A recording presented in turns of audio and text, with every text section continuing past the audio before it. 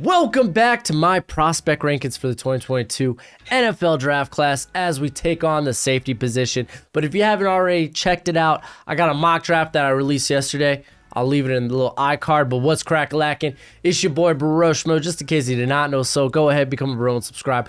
Leave that thumbs up if you enjoy the content. As always, let me know what you think in the comment section below. Let me know who you think should have made this list. Before we get into the nitty gritty, got a ton of videos on the channel, prospect rankings. We got the combine and the free agency coming up. So I'm going to have a few free agent videos coming out soon. Got Joe chilling in the background, but let's go ahead and do the gosh darn diggity dong thing.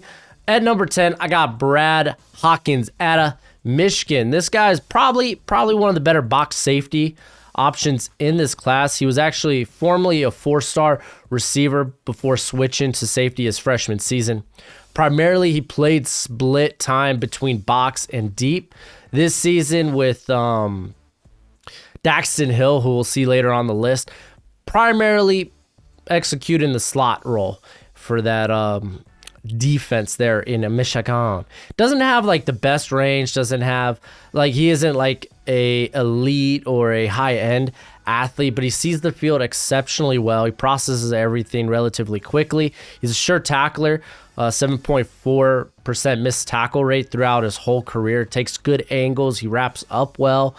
He held up very well in coverage this season, though he did benefit from the banger of a pass rush they had there in Michigan this year. He did take part in the Shrine Bowl this year, and honestly, had a solid week. Played a variety of different roles there while at the Shrine Bowl. Didn't play in the game, but I got him here. And let me tell you, the safety class, with some guys deciding to return, like your Jordan Battle, your Brandon Joseph, it's a little underwhelming.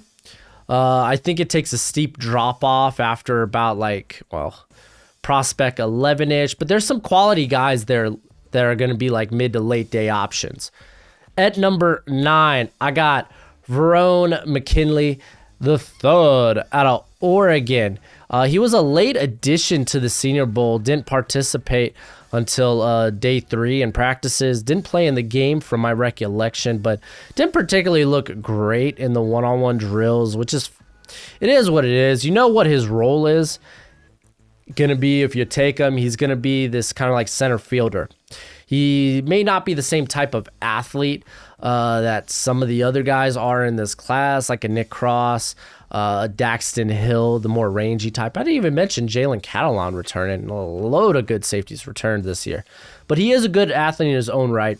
He does a good job of playing deep, and he's been very fruitful when asked to do that throughout his collegiate career. 10 interceptions, 10 pass breakups. He isn't a good tackler. 19% career missed tackle rate. He does a good job of tracking the ball in air and then tracking down ball carriers. He's not a finisher. But his lack of size has probably been the big problem when it comes to him as a tackler. And then you also have he's not going to be a guy you want to use around the line of scrimmage. He just lacks that size, lacks the physicality to really play in the box. So got him here at number 9. And then we're going to start my day 2 safeties, starting with Brian Cook out of Cincinnati.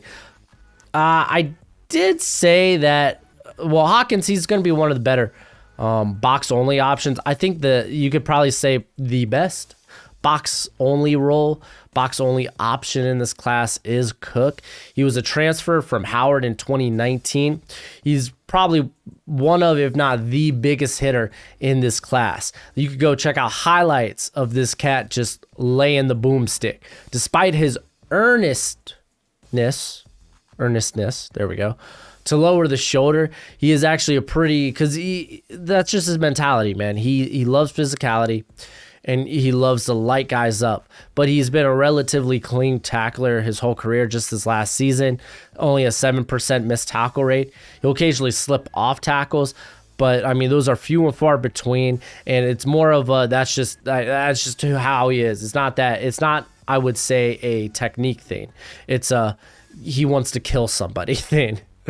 Against the run, he'll come downhill with a head of steam, level blockers, regardless of size and position. I like that. I like that about him.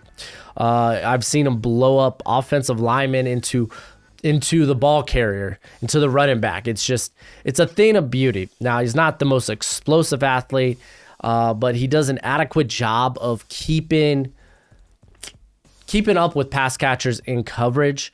However, most of the time, or at least most of his big plays this past season, were honestly poor throws. They were either passes that were thrown behind or underneath the receiver, so he was able to make a play on it because he was trailing the receiver.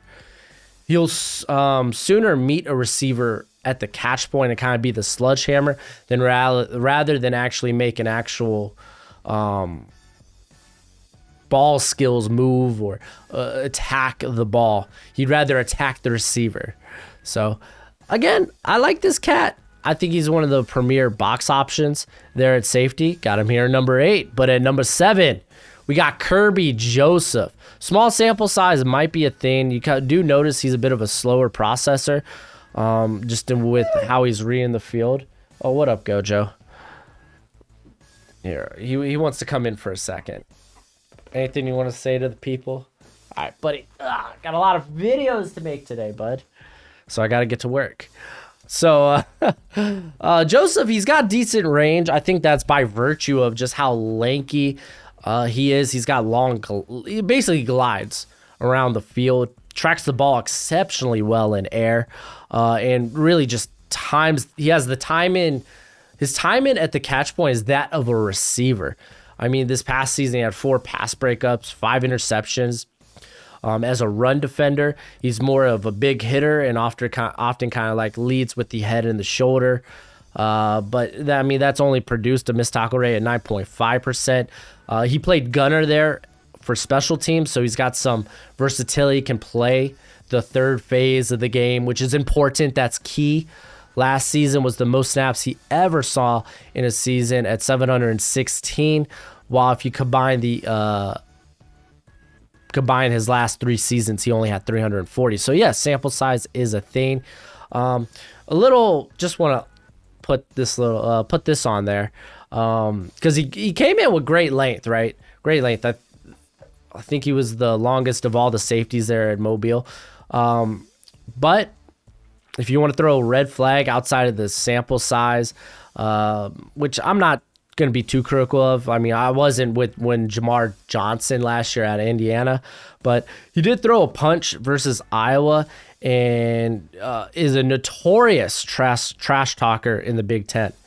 However, again, this guy has been preached as a high character individual by coaches, teammates, and actual students. Sounds like he's a great guy. Just when he gets on the football field, he's got a little extra stank to his game. I don't mind it. That ain't a flag for me, but keep your hands to yourself after the whistle, my friend. Don't pull a Jaquan Howard. It's a joke. It's a joke. Calm down. Anyway, at number 6, I got Nick Cross. This is one of the guys I've been exceptionally high on during the season. I think he's going to test out like a Kyle Duggar, a Jeremy Chin. I really think he's that type of freak athlete at 6'1", 210. He is a former track athlete. Just a rare athlete when it comes to the safety position. Again, he was a member of the track team his freshman season. Just that combination of size, speed is just very alluring. His range shows up on field constantly, but it also shows up on the stat sheet. I mean, he had, through his career, 6 interceptions, 9 pass breakups. Maryland primarily played him as like the single high guy. They often trusted him in cover 1 situations, and that's just what he did on the back end. Not the best tackler. You would think a guy at his size, he would be more physical, but career missed tackle rate, 15.2%. I mean, that's not terrible, but he isn't a guy that's going to come up and want to play the run. That's just not him. Given his skill set, honestly, it'd kind of be a waste because I love this guy on the back end just flying around with that size. But at the same time, when you're at 210, 6'1", 210, I kind of expect you to be able to play the run game to some degree. And that's just something that he hasn't done consistently throughout his career. Number 5, Cine out of Georgia. Actually, him and my number 4 are exceptionally close because they're very similar prospects. He's probably one of the most sure tacklers in this class outside of my number 4. At 6.3 missed tackle rate through his career. Solid run defender. Ensures the pass catcher doesn't get much after the catch. You like to see that. He's got a lot of nice hits. Like, he comes down, lays the boom. I think he had the Kyle Pitts hit that took him out of the game for a little bit. But dude's got a highlight reel of just hit sticks. Now, he's not going to be the most explosive athlete. His range isn't exactly the best. He won't break on a lot of passes and make a lot of plays on the ball. He rather meet the receivers, or he rather meet the ball when it's in the receiver's hands and just jar it loose. But for all that, he's a pretty smooth mover. Again, not explosive, but he moves fluently. He's good at recognizing route concepts and route tendencies throughout the game. So there's a lot to like about him as a too high, like a split safety. I think, which to be fair, the NFL is kind of going in that way now to kind of stop these passing attacks. You're seeing less cover 3 and more of these too high sets, dropping back into like quarters and cover 2. So yeah, not half bad. And number 4, I got Jaquan Brisker. Shoot, they're pretty darn close. They are the same size, allegedly. We'll see at the combine. But I like Brisker a lot. He's kind of like my Adrian Amos, my John Johnson in this class. Another guy you want split high, but he's a former JUCO transfer who was also sought out by Alabama in 2019 before he decided to go to Penn State and be a Nittany Lion. Range isn't the greatest. He'll never be, but he's a guy that's rarely caught out of position. He's so familiar with opposing route concepts and tendencies that he really just eats up everything underneath. 5 interceptions, 11 pass breakups through 3 seasons. He can be a bit more reactive than proactive and maybe get caught on maybe like a double move or whatnot, or get caught looking into the backfield, trying to read the quarterback's eyes. So maybe more veteran quarterbacks, more savvy quarterbacks will be able to get him to bite. But still, that's just sometimes it's like he's like a, I don't even want to say it's high risk. It's like medium to minimal risk for a high reward because this guy makes a lot of plays on the ball. Love his physicality. He really was the enforcer in the middle of this defense. He's been one of the most sure tacklers in college football. I think his missed tackle rate in 2020, I think, was like less than 2%. Insane. And he basically kept that through this past season. I think it was about that 5 to 6%. Speed will be a concern. He's likely not going to be sought out to be like a man-heavy coverage corner or a coverage safety. So maybe in these more zone proficient schemes or schemes that ask their safety to play more zone with a little bit of help. Isn't like compared to Cine, he isn't as smooth as a mover. I won't really say he has very oily hips. But still, like, again, there's a role for this type of guy. That's why I got a second round grade on him. But I'm a big fan. I think in the right scheme, and especially with the way the NFL is trending in terms of coverage and how they utilize their safeties, this is the type of guy you're looking for, especially the way he plays the run. At number 3, Jalen Pitre. I love Jalen Pitre. What a hell of a Senior Bowl. Am I right? This dude was flying all over the place during drills. He was always meeting guys at the catch point.